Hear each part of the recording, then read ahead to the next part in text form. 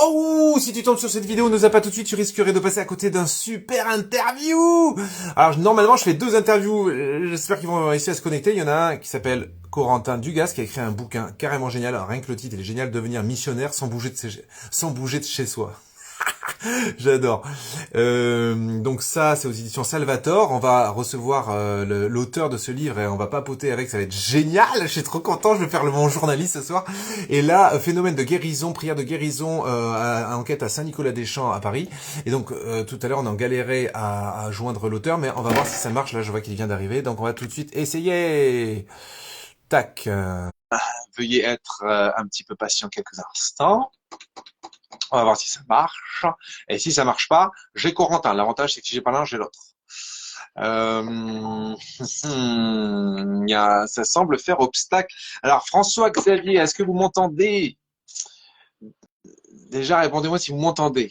Si vous m'entendez, je pense que vous devez aller dans vos options Instagram et voir s'il n'y a pas un truc qui refuse les appels ou les montées en live. Moi, une fois, je me suis fait avoir, j'avais bloqué la possibilité d'être appelé par Instagram, les appels d'Instagram en fait. Et du coup, ça m'a empêché de monter sur les lives des gens. Voilà, voilà. Ça va, YouTube, vous avez la patience, n'hésitez pas à partager le live en attendant, vous dites qu'il va y avoir deux super interviews de malade mental. Bon, alors ça marche pas. Ah oui, voilà. Donc, en attendant, je fais monter Corentin, comme ça, c'est pas grave, hein, voilà. Et, euh, et on avancera sur ce bouquin. Hey! Enfin, ça marche avec quelqu'un. Yes, Tout à l'heure, je suis... Ah, salut! Alors, est-ce bonsoir que YouTube, Benjamin. il va falloir quand même, même si tu es devant ton téléphone, il faut parler bien fort parce que j'ai YouTube qui est à côté Ok. et c'est que le micro de mon téléphone. Donc, eux, ils entendent, ils te voient pas et ils vous voient pas, et ils entendent que le son de mon téléphone. Donc, il faut parler bien fort. OK? Est-ce que vous m'entendez bien? Voilà, je pense que vous entendez. Moi là, j'estime que ça va, le volume est vraiment pas moins fort. Il faut parler bien fort. Ok. Ça va? Ouais, ça va très bien, vous? Bah, c'est la joie totale. Moi, ce soir, je me fais plaisir parce que, franchement, je disais tout à l'heure, plus je vieillis, plus j'ai envie d'être plutôt journaliste. J'en ai marre d'être interviewé et j'ai vraiment, en plus, à force d'être interviewé, je commence à avoir plein de styles d'intervieweur et donc j'ai envie de moi aussi me lancer, quoi. Ouais, c'est super. Je suis content d'être le Voilà. cobaye. Exactement. Alors là, un très bon cobaye. Et donc, j'ai déjà commencé à parler de ce livre. Alors, je sais que vous le voyez à l'envers, mais comme ça, vous avez un peu une idée de la couverture. C'est ça, vous le voyez à l'envers, hein. Exactement. Mais il y a Read marqué donc Ned. devenir missionnaire sans bouger de chez soi. Bon, le titre, c'est forcément, même si vous me l'aviez pas envoyé, je pense que j'aurais acheté Ah bah. parce parce que voilà, le côté sans bouger de chez soi, ça me parle. Euh, c'est bien joué. Donc c'est chez Salvatore, vous pouvez vous le procurer d'ores et déjà. Je l'ai déjà mis en story, tout ça, mais bon. Et voilà, et on va faire connaissance un peu avec Corentin et surtout avec ce qu'il a voulu un peu nous partager à travers ce livre. Alors Corentin, on commence par voilà les présentations déjà de base, ce que vous faites, d'où vous en êtes, et puis éventuellement qu'est-ce qui vous a amené à ce livre. Après on plonge plus spécialement sur le livre. Eh bien, bah, je m'appelle Corentin, j'ai 30 ans et ce livre, en fait, est né de mon expérience aux œuvres pontificales missionnaires.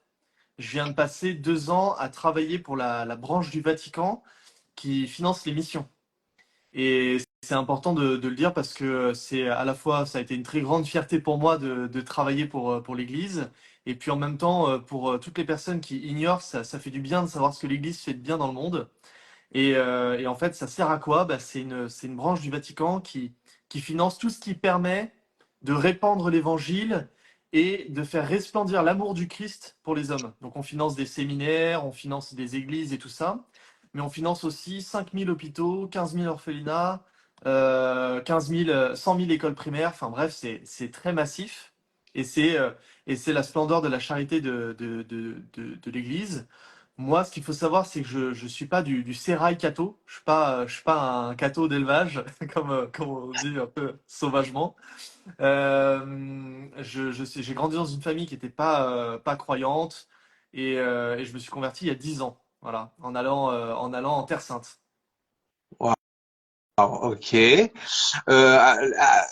Moi, je fais aussi les questions qui me viennent quand même. Euh, tout cet argent-là au Vatican, il va vraiment pour ces causes-là ou ça sert à, je ne sais pas moi, à faire des magnifiques appartements à ces messieurs les évêques ou je ne sais quoi? Alors oui, oui, donc l'argent des œuvres pontificales missionnaires, il est collecté dans chaque pays, puisqu'il y a des directions nationales dans chaque pays du monde pour simplifier la collecte. Et en fait, l'argent reste sur place. Et ensuite, chaque année, les directeurs de chaque pays se réunissent à Rome et consultent tous les projets qu'ils ont reçus pour financer des écoles, des hôpitaux, etc. Et ils décident combien ils allouent et s'ils financent les projets. Et ensuite, chaque direction nationale reçoit, bah voilà, si vous avez tant à dépenser, donnez-leur à tel et tel projet, à telle école, à tel orphelinat, à tel hôpital. Et d'ailleurs, c'est Yann Arthus Bertrand, le photographe très connu là, qui fait des photos vues du ciel, qui avait dit dans une interview, il avait dit, je suis pas catholique, mais force est de constater que dans tous les pays où je suis allé, à chaque fois que je voyais des gens prendre soin des pauvres, c'était l'Église, c'était les catholiques. Hmm. Et donc oui, donc l'argent va vraiment pour les plus pauvres. Ok. Après, ça n'empêche pas qu'il y a eu des abus dans l'Église, bien sûr, mais le pape François a vraiment fait beaucoup de choses pour limiter un petit peu les abus de ces messieurs les cardinaux. Yes. Ok. Ok, ok. Alors voilà, c'était anecdotique la question, mais donc ensuite, on, là on fait focus sur le livre, donc je vous poserai bien plein de questions sur le témoignage, comment vous êtes arrivé à la fois, mais euh, pour en revenir au livre, du coup, qu'est-ce qui vous a conduit à vous lancer dans cette aventure? Parce que c'est quand même une aventure. Je suis bien placé pour le passer, pour le dire, d'écrire, de se mettre à écrire. C'était une commande, c'était un désir personnel, c'était comment ça s'est trouvé? Eh bien, en fait, après ces 2 années, donc maintenant j'ai quitté les œuvres pontificales, hein, mais j'avais fait pas mal de conférences partout en France.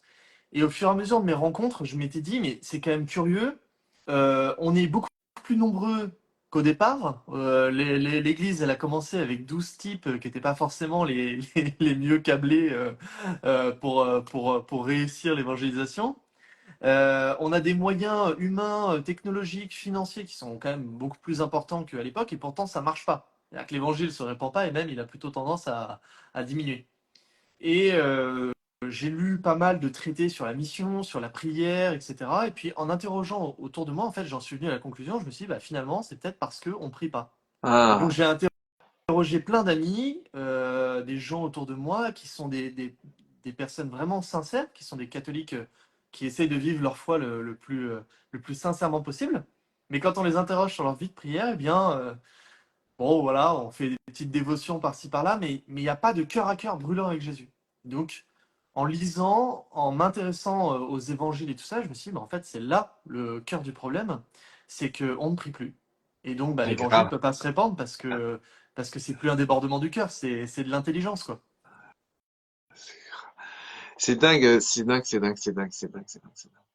Non, ce qui est dingue, ce qui est hyper touchant, c'est que ça vient, c'est pas le monde pas le monde du monde méprisant quand je dis ça, mais ça vient d'un laïc. C'est-à-dire qu'il a fallu que, il y a un jeune converti, on peut dire quand Ouais. même aussi, euh, euh, presque avec un regard extérieur, même s'il avait déjà quelques années, mais qui viennent nous coller ça à la gueule. Et c'est tellement vrai, mais c'est tellement le cœur du problème.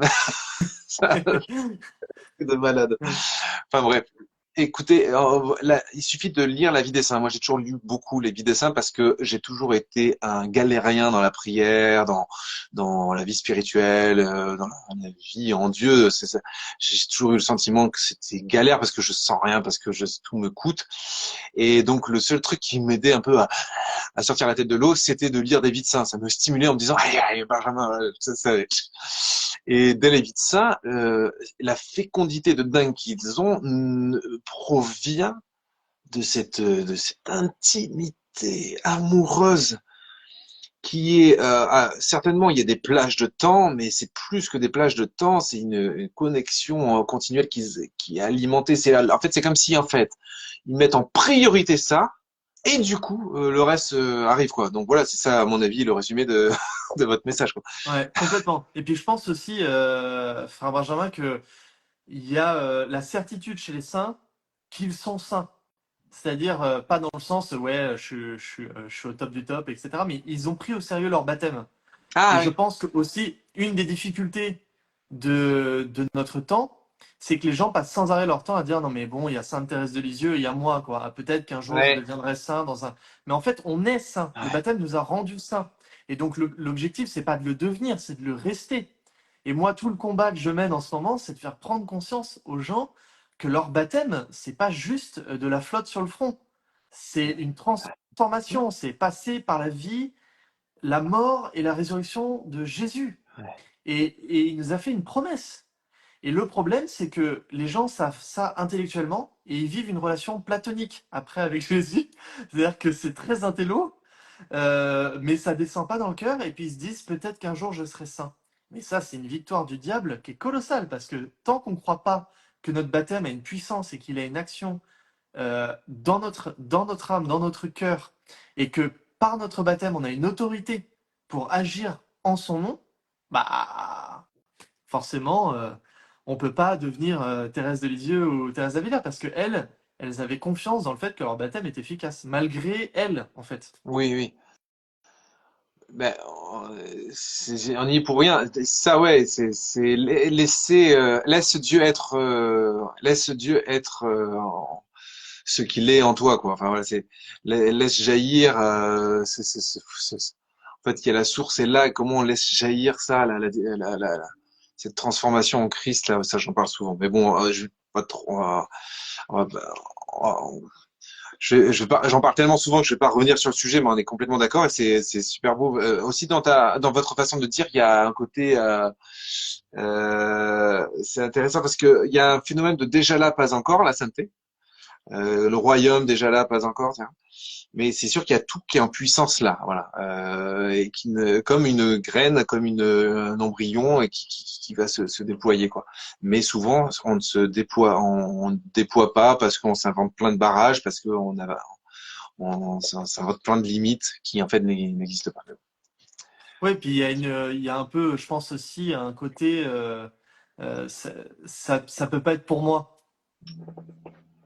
C'est Ouais, réservé à d'autres, c'est très bien, c'est à d'autres, mais mais ça, moi, je vais vivre une vie normale, c'est quoi. vrai. C'est vrai. Ça, faut prêcher ça et continuer de prêcher ça. Moi, ce qui a chamboulé ma vie, certes, c'est le voyage à Medjugorje, mais c'est un autre moment aussi. Je sais plus si j'en parle dans mon livre, mais c'est un certain Don Cosimo en Italie qui prêchait. Il avait une force dans la prédication sur la prise de conscience de l'appel à la sainteté. Qu'en fait, la sainteté, c'était pas pour des êtres un peu en dehors du commun, c'était pour tout le monde. Et ça, à partir de là, moi, une fois que j'ai reçu le message, c'est bon, je n'ai jamais désiré autre chose que devenir saint. Ma seule tristesse que j'ai dans ma vie, c'est de ne pas l'être. Enfin, c'est de ne pas le refléter ou de pas le laisser suffisamment, enfin d'être trop. Il y a trop encore de moi qui encombre cette sainteté de Dieu en moi. Ouais. Et c'est là que la prière, pour moi, est très efficace. Parce que euh, si, si on en reste à ça, quand on se contemple, c'est hyper dur. C'est ce que je dis au début de mon livre, c'est-à-dire que dans l'évangélisation, il y a des étapes. Au départ, il faut pas balancer le catéchisme à la gueule des gens en leur disant t'as vu ta vie, à quel point c'est nul, et à quel point t'es pécheur, etc. Parce que sinon, on les désespère. Il faut d'abord faire grandir suffisamment d'amour pour Dieu et la conscience que Dieu nous aime pour qu'ensuite on puisse porter un regard juste sur soi et laisser petit à petit Jésus prendre la place qu'il doit prendre pour qu'on puisse agir comme des saints dans le monde, mais en fait comme ce que nous sommes. Mais c'est pour ça que j'ai voulu écrire ce petit livre sur la prière, c'est que pour moi, c'est vraiment le cœur de tout, c'est le cœur du réacteur, et que on est dans un monde qui souffre beaucoup sur plein de plans, parce que on se coupe de ce qui est le plus essentiel et le plus facile, qui est juste de parler avec Dieu, quoi. Amen, amen, amen. Et alors, pour en revenir maintenant un peu au livre, pour qui ce livre peut-être, et puis accessoirement aussi, qu'est-ce que vous avez un peu comme retour sur depuis sa parution? Ouais.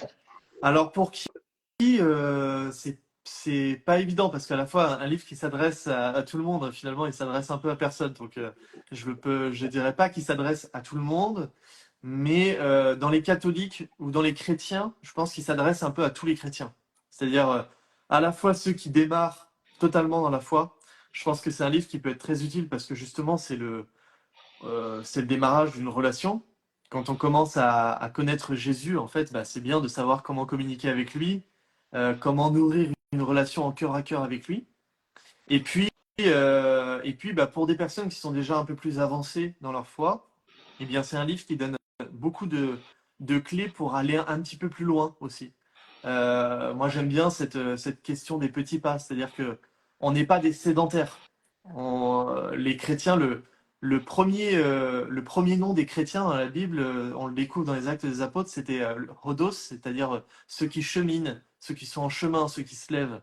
Il y a une dynamique dans la chrétienté et que j'aime bien aussi dans la vie de prière. Donc pour ceux qui sont déjà un peu avancés, le livre peut les aider à aller un petit peu plus loin, à faire un pas de plus dans la vie de prière. J'offre pas mal voilà, d'outils, des applications, mais aussi des outils plus concrets, des livres, des choses comme ça. Et c'est un livre qui plaît beaucoup. En tout cas, les retours que j'ai pour l'instant sont sont tous très beaux. Que ce soit de la part de gens qui débutent, comme de la part de personnes qui sont un peu des pros, on va dire.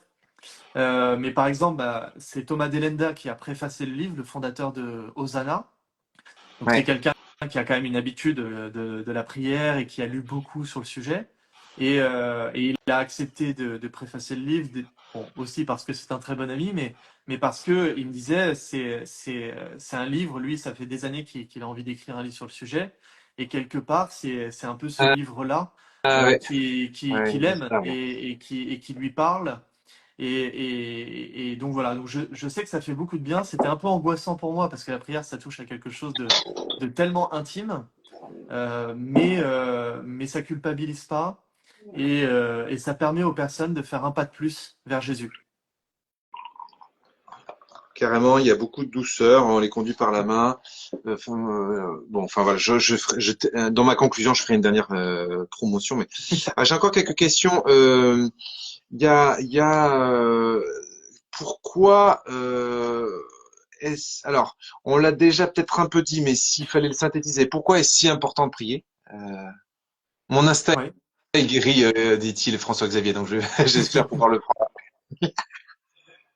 Euh, Pourquoi est-ce si important de prier? Bah, pour reprendre une image très simple, parce que voilà, je pense que ça sert à rien de partir dans des réflexions théologiques complexes. Euh, Quand on vit en couple, la clé c'est la discussion. Enfin, c'est de communiquer. Et donc, je pense que notre relation avec le Seigneur, c'est un peu la même chose. Tout passe par la communication qu'on va tisser avec lui. Et si on parle jamais, eh bien forcément, faut pas s'étonner qu'il ne nous parle pas. Parfois, en évangélisation de rue, il y a des gens qui me disent ah mais moi, Dieu, je l'entends jamais, il est silencieux, il dit rien, etc. Mais est-ce qu'on prend le temps de l'écouter et de le laisser parler? Donc c'est vraiment ça, c'est que c'est comme dans un couple, on a une relation avec Jésus qu'on aura jusqu'à la fin de notre vie, lui on peut pas s'en séparer, même si on fait tous les efforts possibles. Et en fait, bah, c'est tout simple. Il nous a pas de demander d'être en élévation ou d'avoir des visions mystiques pour pouvoir communiquer avec lui. Il nous a juste dit, allez dans votre chambre, fermez la porte, et là, je suis là, et je vous écoute. Allez-y, dites-moi ce qui est. Et donc, faut pas hésiter aussi à avoir l'air fou. Ça fait 2000 ans qu'on passe pour des timbrés, les chrétiens, faut pas avoir peur de ça. Moi, ça m'arrive très souvent, je suis dans ma chambre tout seul et je lui parle à voix haute. Ouais. Et voilà, et je lui dis ce que j'ai sur le cœur. Parfois, c'est tout simple, mais voilà, je lui dis, Seigneur, euh, aujourd'hui, j'ai eu une journée difficile, je suis fatigué, j'ai ça qui m'a dérangé et je te demande de m'aider à accueillir ça. Et voilà. Et puis ensuite, je dis à notre Père, trois, je vous salue Marie, et c'est fait. C'est tout simple, en fait. Il y a quelqu'un qui dit la communication est la base de toute relation. Voilà. Donc, communiquer avec Dieu, ça commence par là. Par contre, dans le livre où il y a des pans entiers ou un chapitre même où vous insistez beaucoup sur l'importance de l'Eucharistie. Alors par contre, l'Eucharistie, c'est pas seul dans sa chambre. Qu'est-ce Et que vous oui. en dites et pourquoi? Alors ça, l'Eucharistie, vous faites référence au chapitre sur Pauline Jaricot. Ouais. Et donc, Ouais. en fait, donc la vie de prière, elle se nourrit très facilement dans le quotidien de nos vies. Et heureusement, parce que s'il fallait que aller à l'adoration pour prier, Ouais. en fait, ce serait impossible pour beaucoup de gens, malheureusement. Mais il y a des lieux un peu privilégiés où Dieu est là présent. Et c'est l'Eucharistie. Et en fait, ce que j'aime, moi, dans ce que Pauline Jaricot a donné, c'est que Pauline Jaricot disait l'Eucharistie, c'est le cœur de Jésus. C'est-à-dire que c'est tout son corps, évidemment, Ouais. mais c'est particulièrement son cœur. Et elle avait cette intuition-là, elle se disait presque, si je colle mon oreille contre l'Eucharistie, je pourrais presque entendre les battements de son cœur. Mhm. Et ce qui est très beau, c'est qu'il y a un chirurgien spécialiste du cœur italien qui a publié un livre l'année dernière, qui n'est pas encore traduit en français, sur les miracles eucharistiques. Et ils ont fait des tests sur plein de miracles eucharistiques partout dans le monde, et ils ont découvert qu'à chaque fois, c'est de la chair du cœur. Mhm. Donc il y avait une part de vrai. Et moi, ce qui me touche dans la vie de prière, c'est justement que moi, ce que j'aimerais, c'est vivre ce cœur à cœur avec Jésus. C'est-à-dire que presque poser ma tête contre le cœur de Jésus comme Saint Jean. Et donc, bah, tout ça, on peut le nourrir au quotidien dans notre chambre. Et de temps en temps, on peut aller à l'adoration eucharistique. Et là, il est là, quoi. Il est là. Et pendant quelques secondes, ça, je le dis pour ceux qui nous regardent, c'est hyper important et c'est tellement beau quand on va à la messe. Quand on prend l'Eucharistie, Jésus est présent tant que les espèces sont présentes, c'est-à-dire tant que le pain est présent. Mais finalement, comme c'est très fin, ça se dissout vite dans le corps, quoi. Mais ça veut dire que pendant 1 minute, 2 minutes, on a deux cœurs en nous, euh, Mhm. deux cœurs qui se cherchent depuis toujours et qui se chercheront toujours et qui s'aiment, euh, deux cœurs qui sont faits pour se connaître, quoi, qui nous donnent la vie, au sens spirituel et au sens physique. Donc pour moi, c'est ça qui est très beau dans ce que Pauline Jaricot dit, et c'est pour ça que j'aime beaucoup l'adoration, parce qu'on a Jésus, quoi. Jésus là. Amen. Et d'ailleurs, vous dites que l'adoration nous rend martyrs. Euh, qu'est-ce que vous voulez dire par là, du coup, peut-être? Alors, je me souviens plus si je dis ça exactement comme ça, mais en fait, c'est une expression de Pauline Jaricot Ouais, qui parlait du martyr du quotidien, où en ouais, fait, elle explique que il y a les martyrs sanglants, et elle avait ouais. demandé dans sa prière à Jésus de devenir martyr. Elle voulait devenir martyr sanglant, un petit peu comme Thérèse d'Avila. Elle voulait donner sa vie pour, euh, pour Jésus, et puis elle est morte à 60 ans. Donc, à un moment donné dans sa vie, elle s'est dit, bon, Jésus, t'exagères un peu quand même, parce que je t'avais pas demandé grand-chose, mais ça, tu me l'as pas donné. Et en fait, il lui a dit, parce que Pauline Jaricot a eu un certain nombre de révélations mystiques, Jésus lui a dit, en fait, il y a un martyr sanglant, mais il y a aussi un martyr qui est du quotidien. Euh, et ce martyr-là, bah, c'est rompre petit à petit avec nos fautes, rompre petit à petit avec ce qui fait nos faiblesses, etc. Parce que martyr, ça veut dire témoin en grec. Et donc, Mhm. en fait, c'est jusqu'où on est prêt à témoigner de Jésus. Et en fait, pourquoi je dis que l'adoration peut nous rendre martyrs, c'est simplement que, à force de côtoyer Jésus, à force de vivre ce cœur à cœur avec lui, en fait, il n'y a plus rien d'autre qui compte, finalement. Alors, on a nos vies, évidemment, on a un travail, une famille, des enfants, et ça compte, évidemment, mais il y a quand même ce côté aimer Jésus et Jésus seul. Et ensuite, tout le reste, ça découle. Mais aimer Jésus et Jésus seul. Amen. Et waouh. Et alors, plus qu'on est dans la prière, des petits conseils, des tips, comment prier. Il y a un parti du livre qui parle du chapelet. Et d'ailleurs, je recommande à ce titre-là ce livre rien que pour ça, parce que non seulement il y a un peu de tout ce qu'on est en train de se dire, mais un peu plus tranquillement déployé et vraiment facile à lire, vraiment facile à lire. Alors là, vous pouvez y aller les yeux fermés. C'est pas un truc intello. Il y a notamment plusieurs. Alors je sais pas si c'est, je sais plus si c'est en annexe ou quoi, mais il y a des méditations du chapelet. Enfin, il y a vous nous prenez un peu par la main pour certaines, pour la prière du chapelet, puis pour entendre parler de l'adoration, de l'Eucharistie. Voilà, vous parlez à chaque fois vous nous prenez par la main, donc c'est ça qui est génial. Et même que, effectivement, quelqu'un qui connaît déjà tout ça comme moi, ça m'a fait du bien. Il y a des citations que j'avais plus en tête ou que j'avais lues il y a très longtemps, et donc moi ça m'a permis aussi de me renouveler dans ma façon de peut-être même de prêcher sur les sujets. Alors donc pour en revenir à ma question, comment Ah, merci. prier, le chapelet, tout ça. En fait, ça dépend un petit peu de où la personne elle en est. C'est-à-dire dans les personnes qui nous regardent ce soir, il y a peut-être des personnes qui prient déjà le chapelet tous les jours. Et donc le livre va les inviter à aller un petit peu plus loin, peut-être de prendre 10 minutes d'oraison pour prendre ce temps de silence et d'amitié avec le bon Dieu.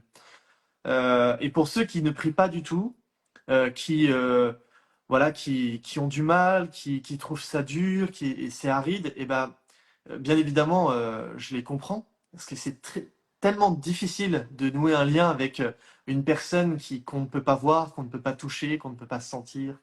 Et donc, j'invite simplement au petit pas, c'est-à-dire bah, au début, simplement s'engager à dire 3 Je vous salue Marie le matin et le soir, en confiant une intention. Seigneur, je vais dire 3 Je vous salue Marie pour ma nièce qui est malade. Et je te demande de prendre soin d'elle. Et en fait, le Seigneur, il l'entend évidemment. Et puis, de faire 3 mois comme ça, peut-être, et d'augmenter, de jamais s'endormir dans la relation, entre guillemets, de jamais faire les choses de manière automatique, mais d'essayer de voir comment je peux aimer Jésus. Et de ne pas hésiter à lui demander parfois, quand j'ai terminé de faire des neuvaines ou des dévotions, là je viens de terminer les oraisons de Sainte-Brigitte, ça m'a pris 1 an, et bah je suis là un petit peu parfois, j'ai envie de recommencer juste parce que du coup je me sens un peu, je me sens un peu vide maintenant. Donc bah ça m'est arrivé il y a quelques jours, j'ai dit à Jésus, en fait qu'est-ce que je peux faire pour toi maintenant? C'est quoi la prochaine étape dans notre histoire? Qu'est-ce que tu aimerais que je découvre comme dévotion? Est-ce que tu aimerais que je prie la Bible tous les jours? Est-ce que tu aimerais que je prie le rosaire tous les jours? Donc en ce moment, je fais des tests. J'essaie différentes choses pour voir comment je peux grandir dans l'amour de Jésus, mais toujours se dire, en fait, il faut le faire par amour. Il faut faire chaque chose vraiment de tout notre cœur et parce qu'on l'aime. Et puis si c'est trop difficile, si on se rend compte qu'on s'est mis, par exemple, si on s'est dit, je vais prier le chapelet tous les jours, et que c'est trop dur et qu'on n'y arrive pas et qu'en fait on se force et que ça devient difficile, bah, il vaut mieux réduire la voilure et prier juste une dizaine, mais le faire vraiment de tout son cœur. La clé, c'est vraiment l'amour et comment dire, le temps qu'on passe avec lui, voilà, qui est de qualité, quoi. Alors, il y a des questions qui sont quand même intéressantes que je voudrais pas zapper. Il y en a une que j'ai épinglée, mais avant de s'attaquer à celle qui est épinglée, il y a une certaine Domari qui dit, mais si on fait déjà tout ça et qu'on perçoit pas la présence de Dieu, on perçoit pas la présence de Dieu. Qu'est-ce que vous en dites, vous, de le fait de, moi, j'en parle régulièrement parce que je suis un spécialiste de rien sentir, mais presque moi-même, je serais intéressé d'avoir votre avis sur la question. Est-ce que ça vous arrive vous-même cette sécheresse, ou est-ce que c'est toujours assez chatoyeux votre prière? Est-ce que vous ressentez Dieu? Est-ce que vous le ressentez pas? Qu'est-ce que ça change? Comment savoir si c'est pas de l'imagination? D'ailleurs, en fait, ça rejoint la question qui est épinglée d'ailleurs. Comment savoir qu'on s'adresse bien à Dieu lorsqu'on prie et qu'on n'est pas uniquement seul avec soi-même? Il y avait une autre question plus haut qui était comment savoir si c'est pas de notre imagination? Ouais. Voilà. Alors, ça, il y a une réponse probablement euh, dans Je veux voir Dieu du Père Marie-Eugène de l'Enfant Jésus. Alors, j'imagine que vous l'avez lu, frère Ouais. Benjamin. Là, c'est moins simple que devenir missionnaire sans bouger de chez soi. Voilà. Alors, c'est écrit simplement, mais c'est vrai que c'est un pavé. Bah, moi, c'est un livre que j'aime beaucoup parce que je l'ai pas lu de A à Z d'un seul coup, mais je puise régulièrement dedans. Euh, dans les écrits mystiques, ils disent souvent que quand on ne ressent rien, c'est pas que Jésus n'est pas là ou c'est pas qu'on prie mal, c'est que c'est une grâce de Dieu qui veut nous entraîner plus loin Mm. en nous. C'est-à-dire Mm. que, bah, pour répondre à cette dame qui ne ressent pas et qui prie beaucoup mais qui ressent pas, eh Mm. bien, merci Seigneur parce que en fait, c'est une grâce de Dieu qui veut l'entraîner encore plus loin dans sa relation avec lui. Donc, Bah, c'est très aride. Et moi-même, là, vous me voyez très chatoyant peut-être, mais en fait, dans ma prière, c'est pas brûlant, quoi. Je sens pas des flammes dans mon cœur, pas du tout. Je ressens pas grand-chose en fait D'accord. dans ma prière. Mais je sais que Dieu est là. Je sais qu'il m'entend. Je sais qu'il est présent. Et surtout, je sais que c'est une grâce. Donc j'essaye. C'est pour ça que je lui demande. Je lui dis, bah ok, t'es allé te planquer plus loin dans mon âme, mais moi je veux te trouver en fait. Je, je, Mm. je veux te voir. C'est vraiment le cri de Thérèse d'Avila. Je veux voir Dieu. Moi, je Mm. veux le voir. Je veux le toucher. Je veux pouvoir lui parler. Enfin, c'est mon Dieu. Il m'a dit, je vous appelle mes amis. Bah moi, un ami, je le vois, je l'entends, je lui parle, on prend des bières. Donc, euh, moi, je le prends d'assaut en fait. Je le prends au sérieux, et je le prends d'assaut. Donc, voilà.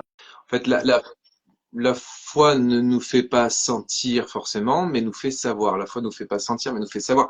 La foi, on sait qu'il est là, même si on le sent pas. Exactement. On dit- que ce soit chatoyant ou pas.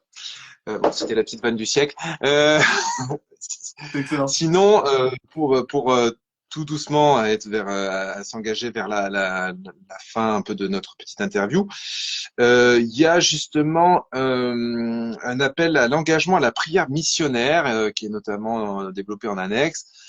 C'est quoi une prière, cet engagement à la prière missionnaire? Peut-être nous dire un mot et ça peut mettre, peut-être donner envie à certains de s'y coller. Ouais.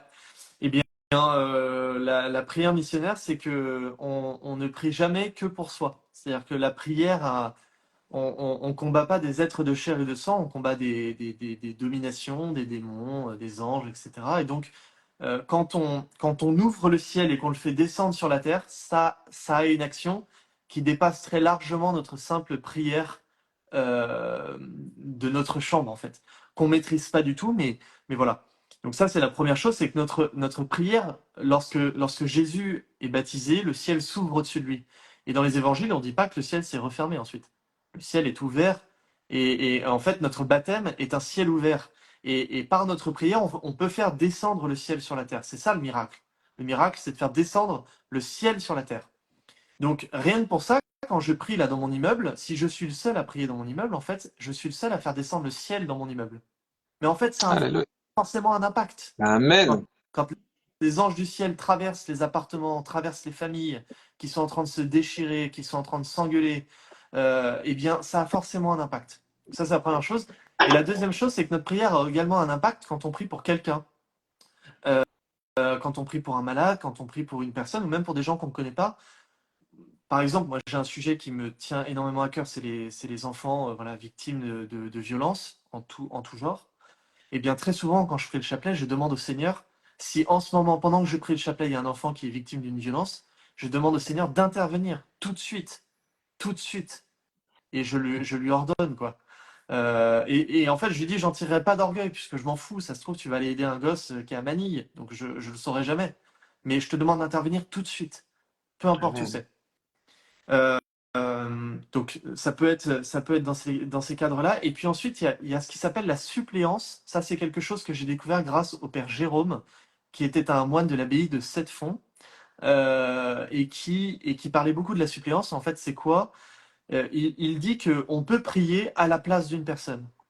Et, et dans nos familles, on a forcément des gens pour qui on s'inquiète, qui ont peut-être pris des mauvais chemins, ou voilà, eh bien, on peut offrir des prières à Jésus à leur place, en disant, Seigneur, lui, pour l'instant, il ne te connaît pas, sa vie est compliquée, mais je t'offre, je t'offre cette prière pour lui et à sa place, euh, pour que ça lui serve dans la vie éternelle. Voilà. Amen. C'est incroyable. Là, c'est à réécouter, les gars. Je propose, je sais pas, pour moi, ça faisait presque office de mot de la fin, là, ce que vous venez de dire, c'est hyper important, mais tellement, et ça vient nous donner En fait, voilà, sachez que là-dedans, il y a de quoi vous renouveler dans des idées. En fait, il y a une espèce de créativité. Vous entendez bien Corentin parler. Je suis sûr qu'il y a des trucs que vous étiez dit. Ah tiens, j'avais pas pensé à ça. Donc voilà, je vous le recommande vraiment vivement. devenir missionnaire sans bouger de chez soi. Vous le voyez à l'envers, mais voilà, je le mettrai dans le commentaire. Aux éditions Salvator. Est-ce que un petit mot de conclusion et puis on va faire un petit Je vous salue Marie rien que pour vous. Et puis après je vais couper le live et le redémarrer avec un autre auteur. Super. Eh bien, en mot de la fin, aimer Jésus et Jésus seul. Voilà, lui faire confiance. Priez pour vos familles. Confiez, ne désespérez jamais. Et dans la prière, en fait, on trouve cette petite force du quotidien. Et c'est quelque chose de très simple à partager. C'est gratuit et c'est très simple à mettre en place. Donc c'est le plus grand trésor. Voilà. Aimer Jésus et Jésus seul. Amen. Wow. Merci beaucoup. Vierge Marie, je te prie de vraiment recouvrir de ton manteau maternel ton fils bien-aimé qui ne fait que dire et redire ce que toi-même tu dis partout où tu apparais, Marie, c'est-à-dire prier, prier, prier. Tout est là, simplement nous mettons des plombes à le comprendre, à l'entendre et à le vivre. Alors Vierge Marie, nous te prions pour que Corentin puisse poursuivre sa mission d'apôtre de la prière missionnaire et nous nous blottissons aussi tout contre toi Marie pour que nous puissions vraiment davantage en saisir l'urgence de la prière. Je vous salue Marie, pleine de grâce. Le Seigneur est avec vous. Vous êtes bénie entre toutes les femmes, et Jésus, le fruit de vos entrailles, est béni. Sainte Marie, Mère de Dieu, prie pour nous pauvres pécheurs, maintenant et à l'heure de notre mort. Amen. Merci beaucoup. Alors, je coupe le live parce que comme ça, je partage ce live. Ça sera le live du livre de Corentin. Et je relance immédiatement un live, mais avec François-Xavier. Restez bien avec nous. Reconnectez-vous là d'ici 1 minute 30, on va dire, 2 minutes, parce que il y a la suite qui nous arrive, le phénomène des prières de guérison. Et si vous tombez sur cette vidéo en replay, eh bien, regardez la vidéo d'après. Ça va être de nouveau une demi-heure consacrée à cet ouvrage. Vous allez être bouche bée, je vous préviens déjà. Allez, bonsoir Corentin, à la prochaine. Hein. Merci beaucoup. Hein. Bien en communion. Hein. Vraiment, c'est pas une expression. Bien en communion de prière. Merci.